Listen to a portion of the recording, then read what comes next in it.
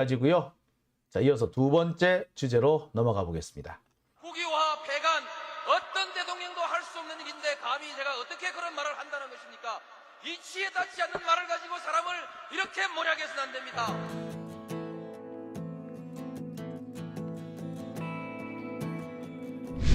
기나긴 밤이었거든. 압제의 밤이었거든. 사랑이 한 몸 썩어져 이 붉은 사나에 사랑 해방의 횃불 아래 벌거숭이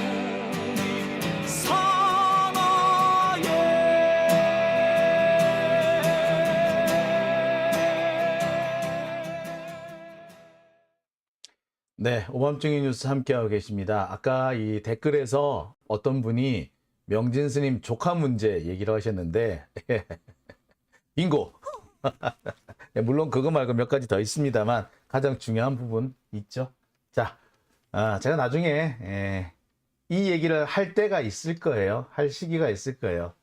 제가 지금 재판 여러 개 하고 있는데 제가 현재 한동훈하고 하는 재판 말고 불교계와 재판을 하고 있는데 이게 명진 스님하고 또 관련이 있는 거예요. 그 얘기는 제가 나중에 또 말씀을 드리겠습니다. 자, 오밤중의 뉴스 함께하고 계신 지금 시각 12시 16분입니다. 이어서 제가 준비한 두 번째 주제 넘어갈게요. 두 번째 주제는요. 이낙연의 노림수 내각제 대연하입니다. 자, 제가 참 이낙연 얘기는 더 이상 하고 싶지 않았어요. 이제 한물 간 사람이려니 이제 다시 우리 정치권의 핵심 영역으로 들어오기는 어려우려니 라고 생각했기 때문입니다. 저렇게 이제 한물 완전히 갔는데 이제 날개 꺾였고 지지하는 사람도 이제 한 줌밖에 되지 않고 지지하지 않는 사람들로부터는 혐오의 대상이 되고 있는 사람인데 과연 저 사람이 뭘 할 수 있겠냐? 아예 이제 말도 하지 말자. 관종에게는 무관심이 답이다. 뭐 이렇게까지 제가 생각을 했었어요. 근데 요즘 이낙연의 모습을 보면 쟤 좀 봐라. 또 저거 아니네. 라는 생각이 듭니다. 그냥 물러날 사람이 아니고 이제 봤더니 이 사람이 뭔가 다른 꿍꿍이가 있네? 라는 그런 생각이 들어요. 지난주 제가 처음 이낙연에 대해서 말씀을 드릴 때 이낙연이 이 탈당 생각을 하고 있는 것 같아. 말하는 꼬라지가 가만히 보니까 탈당? 이런 거 얘기를 하는 것 같아. 라고 제가 처음 말씀을 드렸고요.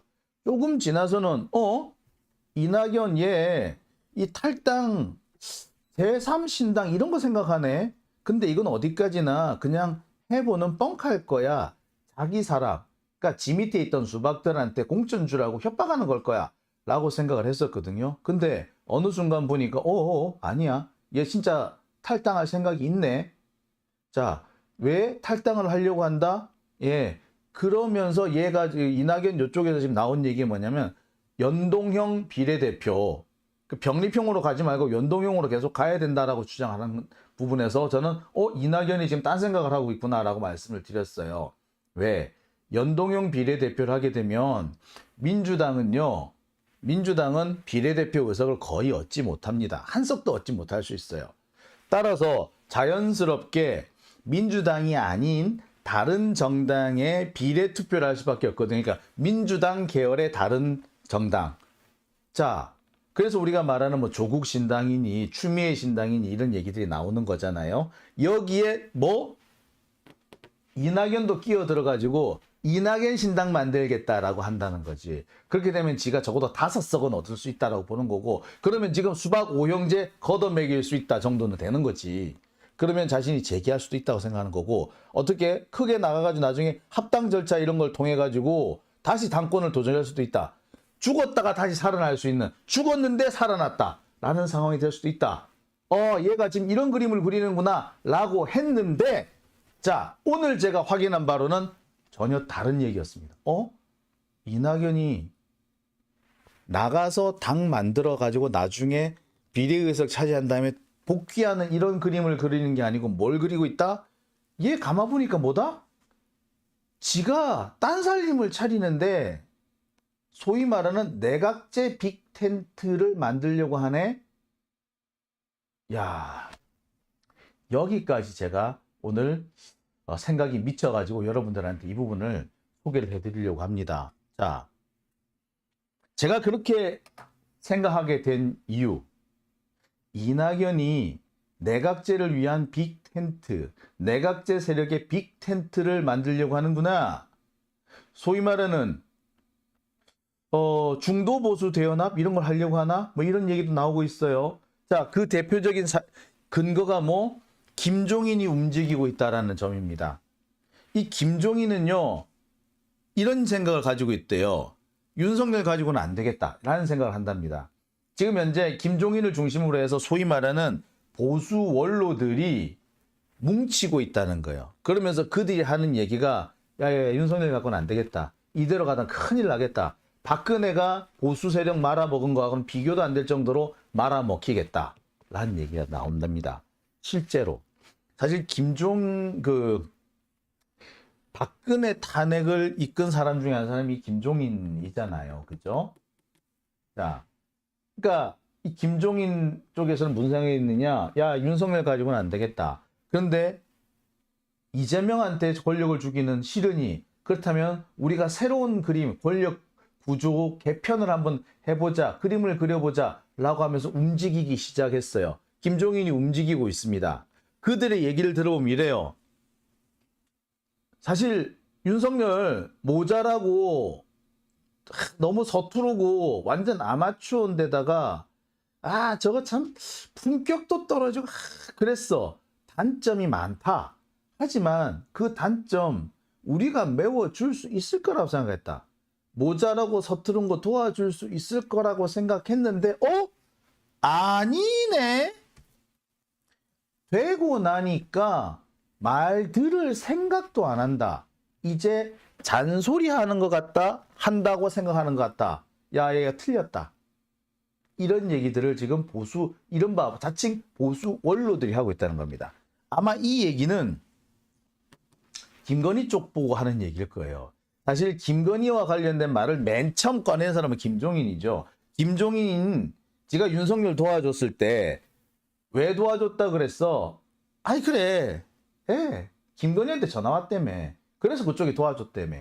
즉 지금 모자르고 서투른 거 도와줄 수 있고, 그런데 이게 이놈들이 되고 나니까 얼굴 입장 싹 바꾸네. 안면 몰수하네. 야, 안 되겠다. 글렀다. 이거 누구 보고 하는 말이야?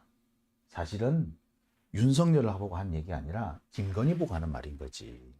자, 여하튼 이처럼 소위 말하는 보수 원로 세력들, 김종인을 중심으로 하는 요 세력들이 움직이기 시작합니다. 정권을 만들었다가 정권을 잡아뜨렸다가 지들이 그걸 다 할 수 있다고 생각하는 거지. 자, 김종인 같은 경우에는요, 이미 지난 2020년 총선에서 한번 대패한 이후에 이제 한물 갔다라고 생각을 합니다만, 본인은 아직도 자신이 할 수 있는 일이 있다고 생각하는 것 같아요. 자, 제가 종종 이 양반이 왔다 갔다 하는 장면을 좀 봤는데 여전히 뭐 꼬장꼬장하고 힘이 남아있는 것 같긴 합니다. 여튼 이 김종인을 중심으로 한 세력들이 움직이고 있어요. 근데 이 사람하고 이낙연하고 무슨 상관이냐고? 만났대. 자, 김종인과 이낙연이 서로 만났대. 자, 만났느냐고 물어봐. 그러면서 혹시 신당 같이 추진하시려고 합니까? 라고 하니까 이낙연이 갑자기 뻐럭? 아니, 그게 왜 뉴스예요? 내가 김종인을 안 지가 42년인데 내가 그 사람 만났다고 해서 뉴스가 됩니까? 보니까 사무실이 같은 건물에 있더라고. 옛날에 내가 특종한 게 하나 있었는데 그 특종 취재원이 김종인이었어. 그러니까 만날 수도 있는 거지. 그게 왜 뉴스거리가 돼? 자, 웃깁니다.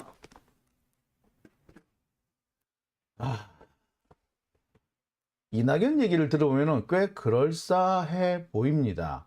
그런데 저는 이게 그럴싸한 얘기가 아니라 이거야말로 이낙연이 김종인을 만난 것이 뭔가 있다라는 증거라고 생각이 들어요. 이낙연의 이 말이. 왜? 기자 출신들이 한마디로 말했으니까 기자 출신들이 뭔가 물렸을 때, 취재를 당할 때, 기자 출신이 자신이 취재 대상이 되었을 때, 그 취재를 회피하기 위해서, 혹은 그 취재를 무산시키기 위해서 가장 많이 쓰는 말이 뭐냐? 이게 뉴스거리가 되나요? 예, 이거예요. 윤영찬, 그 사람도 그럽디다. 뭔가 내가 열심히 취재해가지고 막 이렇게 취재해서 확인 전화를 했는데, 이게 뉴스거리가 되나요? 아이씨, 뉴스거리인지 아닌지 내가 판단할 거지 네가 판단하냐고. 이낙연과 김종인이 만났다. 이게 뉴스거리가 되는지 안 되는지는 기자가 판단할 일이고, 그런데 지가 왜 판단 내리고 뉴스거리가 되나요? 웃기고 있네, 씨. 자, 이런 말 한다는 것 자체 뉴스거리가 되나요? 진짜 뉴스거리가 안 된다고 생각하면요, 자세히 설명해요. 만난 게요, 사무실이 같은 건물에 있더라고. 그래서 인사하러 간 거예요. 뭐 별거 아니에요. 신경 쓰지 마세요. 안 써도 돼요. 예. 그래서 가서 무슨 얘기 했나요? 사실 밥 먹는 얘기 했고요. 같이 밥 한번 먹자고 했고요. 그 정도밖에 없어요. 이렇게 상세하게 설명합니다. 오히려 뉴스거리가 안 되면은, 야, 네가 뉴스거리가 안 되는데 뉴스거리인 줄 알고 쫓아왔구나. 그래? 그러면은 네 한번 엿먹어봐라. 나는 사실 그러거든. 오히려 상세하게 얘기해줘. 그러면 지가 뉴스거리가 안 되네 하고 가버려. 그쵸? 진짜 뉴스거리가 안 되면은 뉴스거리가 안 되는 이유를 설명해 주면 돼. 그 팩트를 얘기해 좀 간단히 끝나잖아. 뉴스거리가 왜 됩니까? 라고 물을 게 아니라. 그죠? 그런데 뉴스거리, 그 설명은 안 하고 뉴스거리가 되나요? 라고 되묻는 거는 뭐다? 실제로 뉴스거리가 있다는 얘기예요. 솔직히 말하자면. 기자 출신 정치인들이 흔히 쓰는 수법이지. 저는 이 말을 딱 듣는 순간에 뭔가 있구나라고 오래 직감했습니다. 자, 특히 저는 이 부분에 집중을 했어요. 사무실이 같은 건물에 있다. 사무실이 같은 건물에 있다. 자, 이게 어디냐면요, 이 세종로에 있는 그 경희궁의 아침이에요. 이 경희궁의 아침 15층인가 어디에 김종인 사무실이 있고요. 김종인 사무실이 거기 있다는 것은 온 세상이 다 압니다. 김종인이 거기에 사무실을 둔 지 꽤 오래됐어요. 그렇기 때문에 김종인 사무실이 그 세종로 경희궁의 아침에 있다는 거 모르는 사람이 없어요. 그런데 굳이 이낙연이 거기를 갔다는 건 뭘 말한다? 다른 이유가 있기 때문에 간 거예요. 우연히 김종인하고 같은 건물에서 같은 건물에 사무실이 있더라가 아니라, 원래 김종인은 경희궁의 아침에 살아. 거기 사무실이 원래 거기에서 벌써 꽤 몇 년 됐어요. 그 10년 넘었을걸? 그런데 왜 거기 들어갔겠냐고. 왜 하필 그 건물에 들어갔겠냐고. 이유가 있으니까 들어간 거지. 사무실이 같은 건물이라서 우연히 만났다도 아니고 일부러 김종인이 있는 건물에 들어가는 거야, 이거. 그죠? 어쨌든 만난 내가 아니고, 이거는 일부러 김종인을 찾아서 사무실을 들어간 겁니다. 뭔가 일을 하려고, 뭔가 작당질을 하려고 이렇게 한 거예요. 자, 그러고 난 다음에 자세히 살펴보니까 눈에 띄는 게 많습니다. 김종인이 누구랑 요즘 만나고 있다? 이준석도 만나고 있고 금태섭도 만나고 있어. 그러면서 제3지대 빅텐트 얘기까지 나옵니다. 자, 이낙연도 탈당해가지고 신당 만든대잖아. 그죠? 그러면 이거 뭐야? 이 뭔가 일맥상통한 거 아닙니까? 이 얘네들 빅텐트 하는데 이 빅텐트 만들겠다고 공개적으로 선언했는데 여기에 이낙연이 왔다 갔다 한다? 그럼 뭐야? 이낙연도 여기 간다는 얘기지. 이른바 내각제 빅텐트 여기에 지금 들어갈 수도 있다라는 겁니다. 그리고 여기 이걸 위해서 이낙연이 탈당을 결행할 가능성도 있다라는 거지. 자, 그럼 여기쯤 되면 우리가 이런 말씀을 하실 거예요. 아니, 이낙연이 나간다고 뭐 되나? 뭐 얼마나 그게 파괴력이 있을 것 같아? 예, 있을 수도 있습니다. 지역구에서는 이낙연 사람은 아마 거의 당선되기 어려울 거예요. 하지만 비례정당을 창당하면은 가능성이 전혀 없는 거 아닙니다.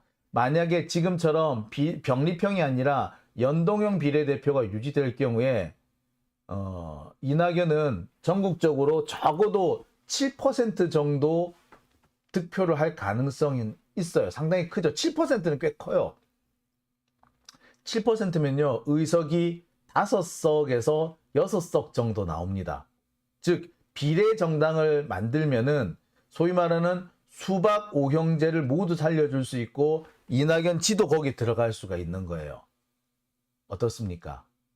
이쯤 되면 이낙연이 적어도 대6석은 건질 수 있고 이준석이 대6석 건지고 금태섭이 또 2~3석 건지고 이렇게 저렇게 이렇게 온갖 잡탕들 끌어모아서 여야가 버려진 사람들 모여가지고 버려진 텐트 하나 세워서 모여들면은 어째 20석이 만들어질 수도 있겠네. 그죠?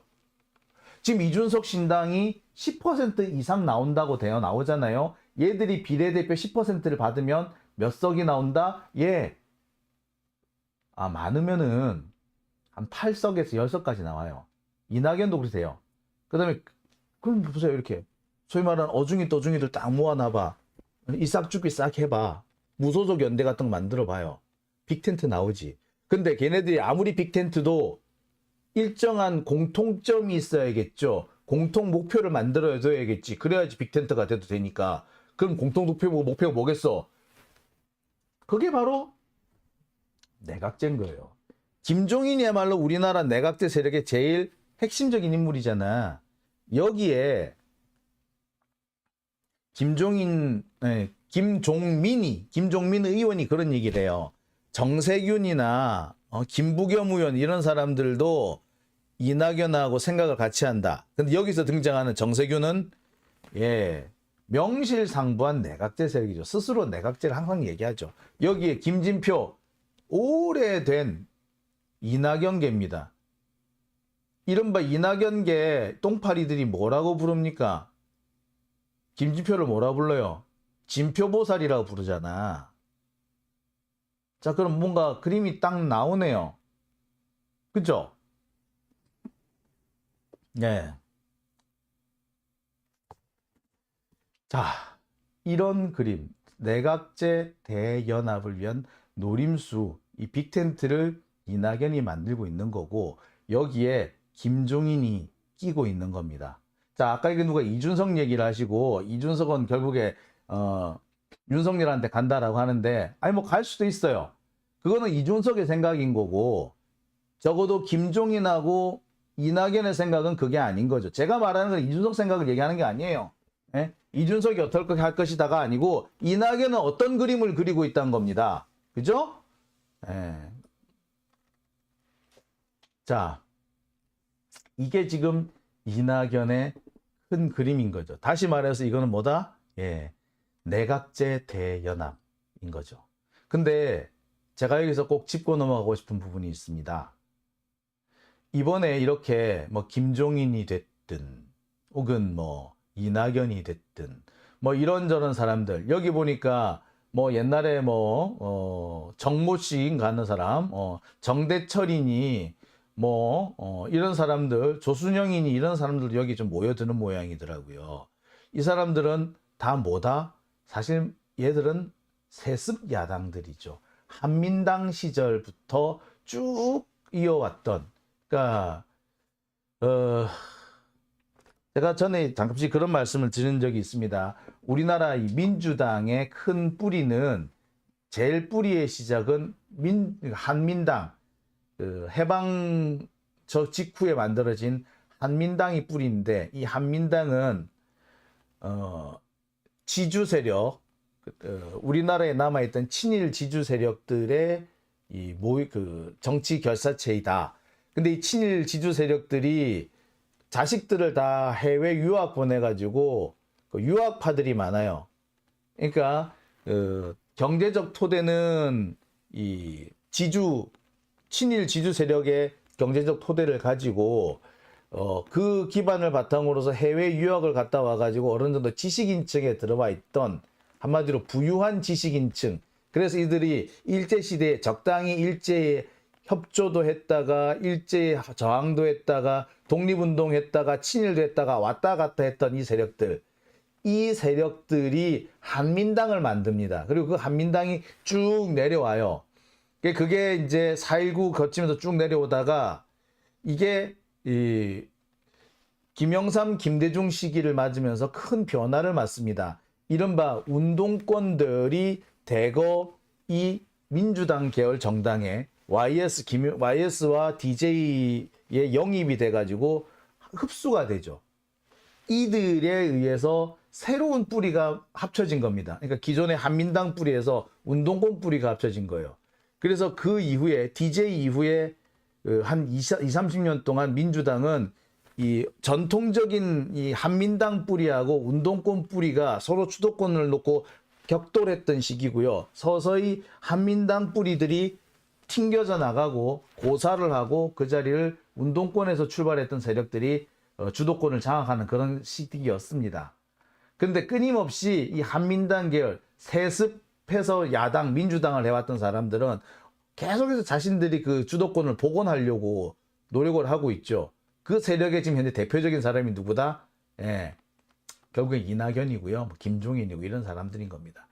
그들이 지금 내각제를 하고 싶어 해요. 한민당이 원래 옛날부터 내각제를 만들어질 때부터 내각제를 주장을 했어요. 이 한민당의 이 기관지 같은 곳이 어디였느냐? 실은 그게 동아일보예요. 그래서 이 동아일보가 노무현 정권 이후에 갑자기 입장이 바뀌거든요. DJ 때까지만 해도 엄청 친민주당 아주 그런 신문이었는데 노무현 정권을 계기로 해가지고 갑자기 확 바뀌어. 그 이유가 뭐다? 소위 말하는 세습해서 나오던 한민당 계열들이 주도권을 상실하니까 그렇게 된 거고요.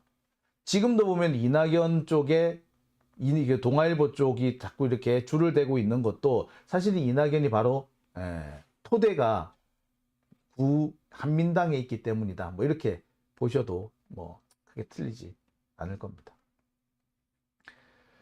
자, 그래서 결국에 이들이 원하는 것은 내각제 대연합이다. 그러니까 지금 이 선거제도가 이 연동형이 돼버리면 이 내각제 세력들이 이 연동형을 고리로 해서 되살아나려고 할 겁니다. 일부 정의당 같은 경우에서는 연동형을 해야지 자신들이 살아난다 그러는데 웃기지 말라 그래. 정의당은요, 연동형을 하든 뭘 하든 정의당은 이제 끝났어. 정의당이 이번에 병립형으로 하면은 의석이 생기고 안 생기고 연동형으로 하면은 생길 것 같아? 아서라. 정의당은 연동형을 하든 병립형을 하든 이제 끝났어. 니들은. 니들한테 갈 자리는 없어. 까불지 마. 지금 되게 이상한 소리를 해요. 연동형을 해야지 소수의 진보 세력들이 살아날 수 있고 제3지대 정당들이 살아난다는데 웃기지 말라고 해요. 연동형 아무리 해봐라. 지금 소수 정당, 군소 정당들이 살아날 틈이 있는가? 없어. 지금 연동형을 해가지고 살아날 수 있는 정당은요, 위성정당밖에 없어. 지금 위성정당 안 만들고 연동형 그대로 유지하고 그러면은 정의당한테 표가 갈 것 같아? 웃기지 말라 그래. 참네. 꿈 깨. 아유 씨. 그죠? 그래서 연동형은요, 지금 누구를 위한 거다? 사실은 이낙연 거를 위한 거예요. 저 뭐 이상한 문화평론가인지 정치평론가인지 하는 사람이 계속해서 연동형 하는데, 아니, 웃기지 말라 그래. 연동형 한다고 지금 우리나라 진보 정당 중에 의석 얻을 수 있는 정당이 어디 있어? 정의당이 얻을 것 같아? 아니면 노동당이 얻을 것 같아? 뭐 사회민주당이 얻을 것 같아? 못 얻어요. 아무도 못 얻어. 진보당이면 모르겠다. 꿈 깨세요. 정의당. 응? 지금 정의당 저러고 있는 거 결국에 다 이낙연을 도와주는 거예요. 나중에 심상정 이낙연한테 갈걸? 두고 봐요. 자, 오밤중의 뉴스 함께하고 계신 지금 시각 12시 40분입니다. 자, 그러면 제가 준비한 주제는 여기까지고요. 이어서 세 번째 주제로 넘어가 보겠습니다.